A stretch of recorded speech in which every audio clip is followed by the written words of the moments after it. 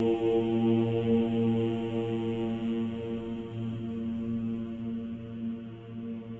नमः शिवाय।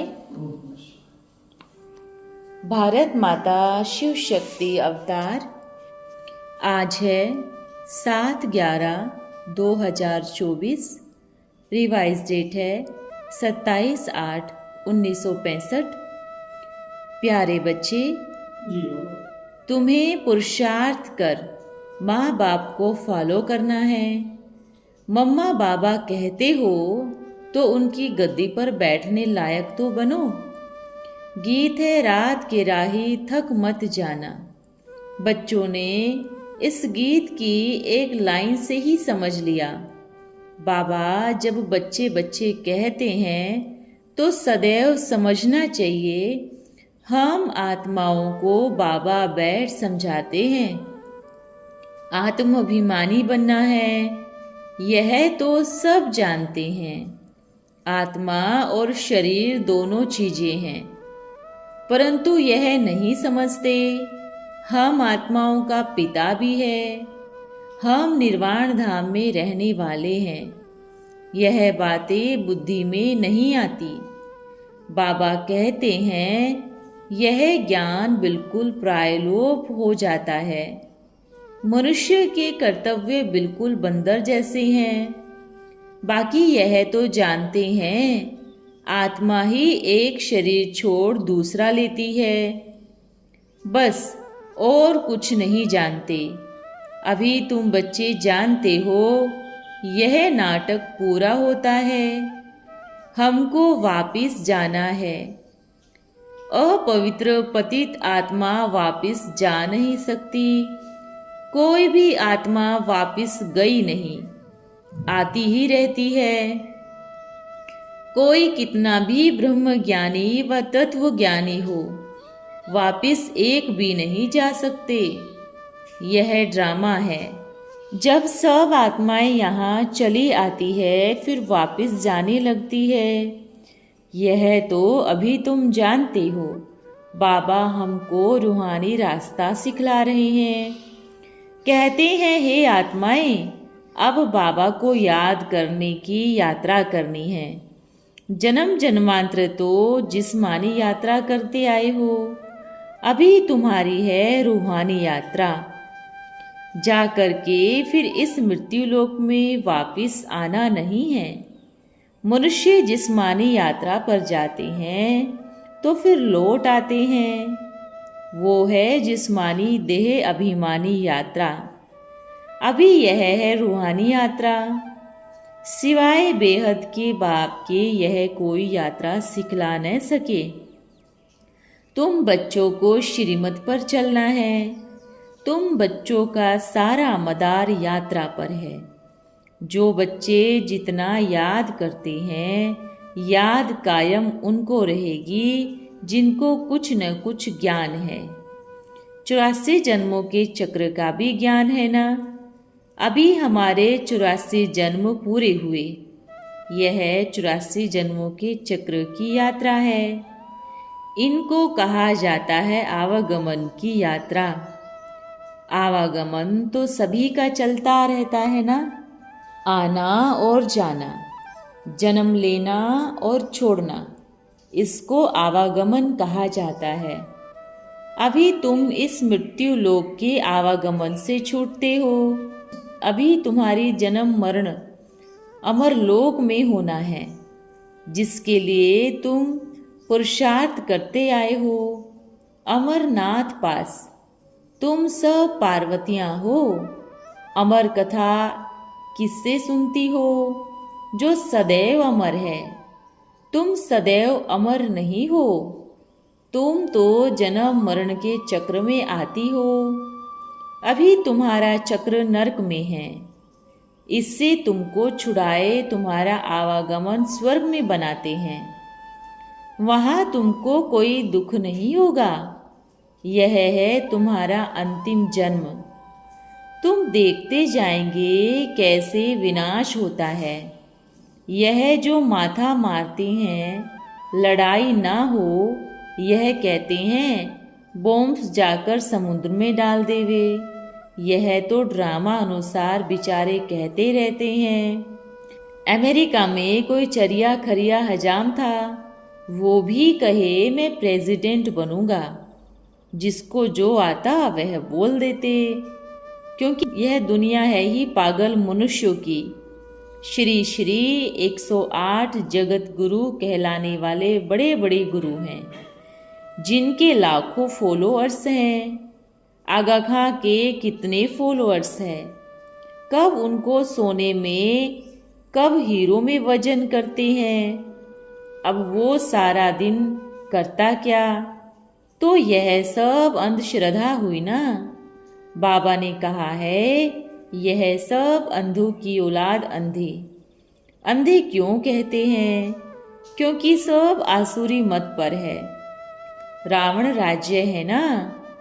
तुम अभी संगम पर हो और दुनिया के मनुष्यों के लिए कलयुग अजून शुरू होता है। 40,000 वर्षों बाद कोई के लिए संगम आना है।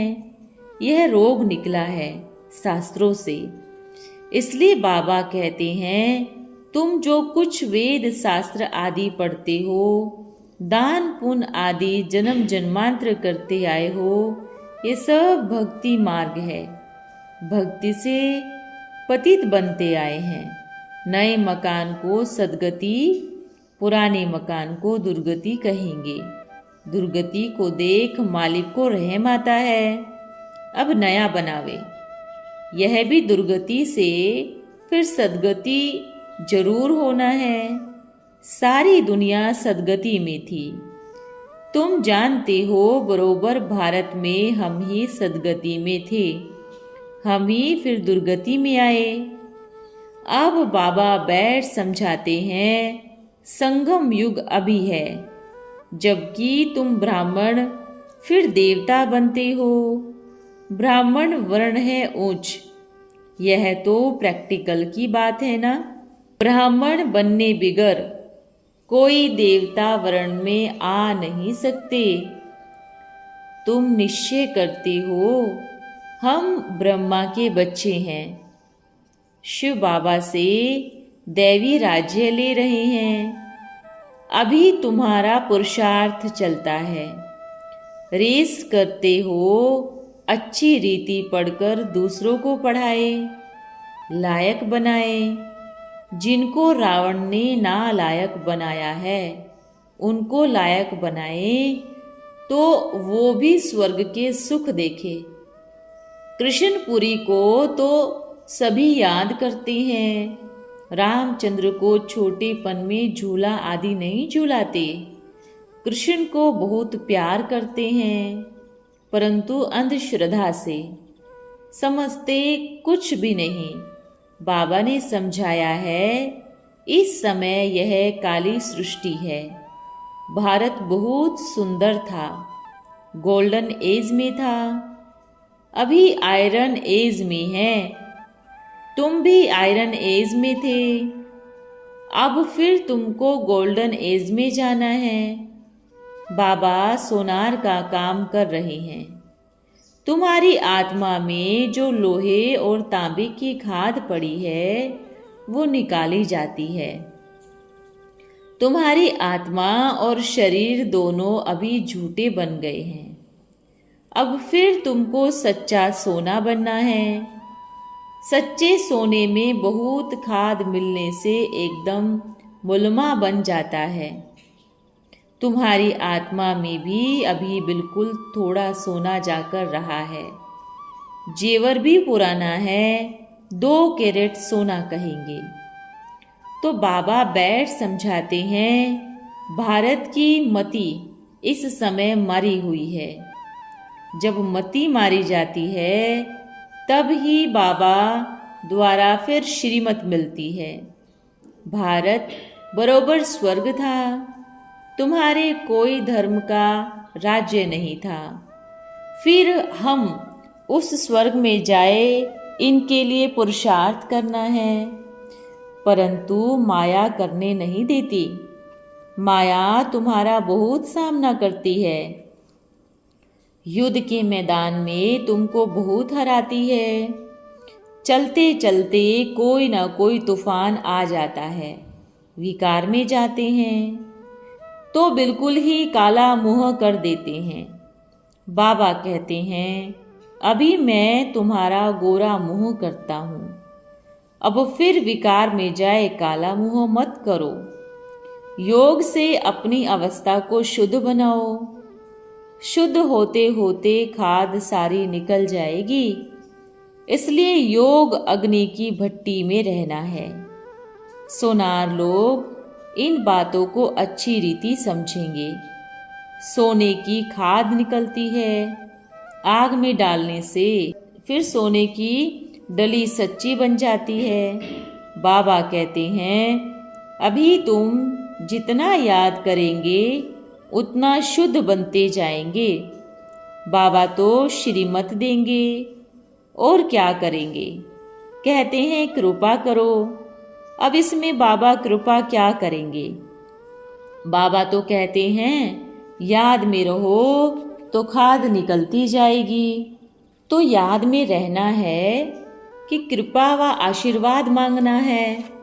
इसमें तो हर एक को अपनी मेहनत करनी है। बाकी कहते हैं, हे रूहानी बच्चे, इस रूहानी यात्रा में थक मत जाओ। घड़ी घड़ी बाबा को भूल मत जाओ। जितना याद में रहते हो उतना समय जैसे कि तुम भट्टी में हो। याद नहीं करते हो तो भट्टी में नहीं हो। तुमसे विकर्म बन जाते हैं और फिर ऐड भी हो जाता है और ही काले बन जाते हैं। मेहनत कर गोरा बन फिर काला बनते हो। गोया जैसे तुम काले थे फिर वैसे बन गए, फिर 100% काले बन पड़े हो। काम विकार ने ही तुमको सावला किया है। वो है काम चिता, यह है ज्ञान चिता। मूल बात है ही काम की। घर में झगड़ा ही इस पर होता है। कुमारियों को भी समझाया जाता है, अभी तुम पवित्र हो तो अच्छी हो। कुमारी को सभी पांव पड़ते हैं क्योंकि पवित्र हैं। अभी तुम सब बाबा के बच्चे हो। अभी भारत को स्वर्ग बनाया है तो तुम्हारा यादगार भक्ति मार्ग में चला आता है। कुमारियों को बहुत मान देते हैं। कुमार भी हैं, परंतु मेजॉरिटी इन माताओं की है। बाबा खुद आकर कहते हैं, वंदे मातरम। तुम बाबा को वारिस बनाते हो। भक्ति मार्ग में तुम ईश्वर को दान क्यों देते हो। बाप तो बच्चों को देते हैं ना, फिर ईश्वर को दान क्यों करते हैं। ईश्वर अर्थ अथवा कृष्ण अर्थ करते हैं। कृष्ण तुम्हारा क्या लगता है जो उनको देते हो। श्री कृष्ण को क्यों देते हो, अर्थ तो चाहिए ना। गरीब तो नहीं है, फिर भी कहते हैं ईश्वर अर्थ। कृष्ण अर्थ तो होता है नहीं, वो तो सतयुग का प्रिंस है। अब बाबा समझाते हैं, सभी की मनोकामनाएं मैं ही पूरी करता हूँ, फल मैं ही देता हूँ। कृष्ण तो तुमको दे नहीं सकता। वो कृष्ण को ईश्वर समझ अर्पण करते हैं। वास्तव में फल देने वाला मैं हूँ। भक्ति मार्ग की सब बातें समझाई जाती है। शिव बाबा के भंडारे में देते हो क्यों। शिव बाबा गरीब है क्या। तुम तो बच्चे हो ना। शिव बाबा को तुम देते हो तो जरूर बच्चा ठहराना। भक्ति मार्ग में भी बच्चा है, यहाँ भी बच्चा है। भक्ति मार्ग में अल्पकाल के लिए एवजा मिल जाता है, अभी तो है डायरेक्ट। इसलिए तुमको 21 जन्मों के लिए वर्षा मिलता है। यहाँ तो बलि चढ़ना पड़े।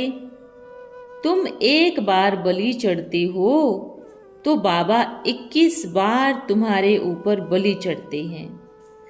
तुम कोड़ी ले आते हो तो बाबा से हीरा लेने के लिए अंदर में समझते हो इस चावल मुट्ठी शिव बाबा के भंडारे में डालते हैं।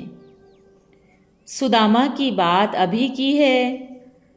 शिव बाबा तुम्हारा क्या लगता है जो तुम उनको देते हो? समझते हो एक देंगे 1000 लाख पाएंगे। देने वाला दाता तो वो एक ही है। साधु लोग तुमको कुछ देते नहीं। भक्ति मार्ग में भी मैं दाता हूँ, अभी भी मैं दाता हूँ। इसलिए बाबा पूछते हैं तुम्हारे कितने बच्चे हैं? फिर कोई को समझ में आता है, कोई को समझ में नहीं आता। अभी तुम जानते हो हम शिव बाबा पर बलि चढ़ते हैं। हमारा तन मन धन सब उनका है।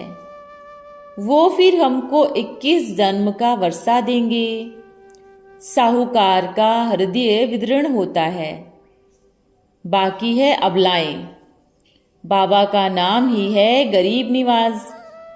बाबा कहते हैं तुमको अपना गृहस्थ व्यवहार भी संभालना है। ऐसे नहीं कि तुम यहाँ बैठ जाओ, सिर्फ श्रीमत पर चलते रहो, सबसे आसक्ति निकल जाए। माम एकम याद करो। भक्ति मार्ग में भी तुम गाते आते हो, मेरे तो एक दूसरा ना कोई। गीता भागवत में भूल से कृष्ण का नाम डाल दिया है। अभी तुम समझ गए हो श्री कृष्ण के 84 जन्मों को तुम जानते हो। जो जानते हैं उनको ही नॉलेजफुल कहेंगे। बाकी 84 लाख जन्म थोड़े ही होते हैं। 84 जन्म भी सब नहीं ले सकते। इतनी सहज बात भी विद्वान आचार्य पंडित नहीं जानते। विचार सागर मंथन नहीं कर सकते। 84 लाख जन्म मनुष्य के हो कैसे सकते हैं? 84 लाख जन्म समझने कारण ड्रामा की आयु लाखों वर्ष लिख दी है। कितना घोर अंधियारा है। बाबा समझाते हैं घोर अंधियारे से पहले कौन निकलेंगे? जो पहले नंबर में आए हैं।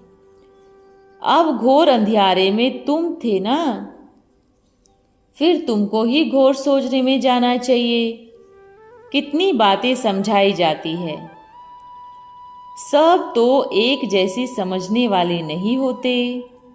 पिछाड़ी में निकलेंगे, सुनने से ही झट आकर पकड़ेंगे। निश्चय हो बाबा हमको स्वर्ग का मालिक 21 जन्मों के लिए बनाने आए हैं, तो एक सेकंड भी छोड़ न सके। यह बाबा भी अपना अनुभव सुनाते हैं ना। यह तो जवाहरी था, बैठे बैठे इनको क्या हो गया? बस देखा बाबा द्वारा बादशाही मिलती है, विनाश भी देखा था, फिर राजाई भी देखी, तो बोला छोड़ो इस गदाई को। बाबा इनमें बैठा हुआ था, साक्षात्कार भी हुआ, परंतु ज्ञान नहीं था। बस सिर्फ मुझे बादशाही मिलती है। देखते हैं बाप स्वर्ग की बादशाही देने आए हैं, तो फट से पकड़ना चाहिए ना। बाबा यह सब आपका है, आप काम में लगा लो। बाबा ने भी सब कुछ इन माताओं के हाथ में दे दिया। माताओं की कमेटी बनाए, उन्हों को दे दिया। बाबा ही सब कुछ कराते थे। समझा बाबा से 21 जन्मों के लिए बादशाही मिलती है, तो अब तुम भी लियो ना। बाबा ने झट गदाई छोड़ दी। जब से छोड़ा है बड़ी खुशी से चलते आते हैं। यह तो अनेक बार हमने देवी देवता धर्म स्थापन किया। बाबा ने तुम बच्चों द्वारा अनेक बार स्थापना किया। जब ऐसी बात है तो फिर देरी क्यों? बाबा से तुम हम 21 जन्मों का पूरा वर्षा लेंगे। बाबा घर बार तो नहीं छुड़वाते, भल उनको अच्छी रीति संभालो, सिर्फ याद करते रहो। नशा रहना चाहिए, हम बाबा के बने हैं। बाबा को लिखते हैं, बाबा फलाना बहुत अच्छा निश्चय बुद्धि है, पवित्रता की राखी बांधी है। बाबा 1 मास तो देखते हैं, लिखते हैं बहुत अच्छा निश्चय बुद्धि समझदार है। बहुतों को समझाते हैं परंतु निश्चय बुद्धि हमारे पास तो आते नहीं। बाप की गोद ली ही नहीं और मर जाए तो वर्षा कैसे पाएंगे।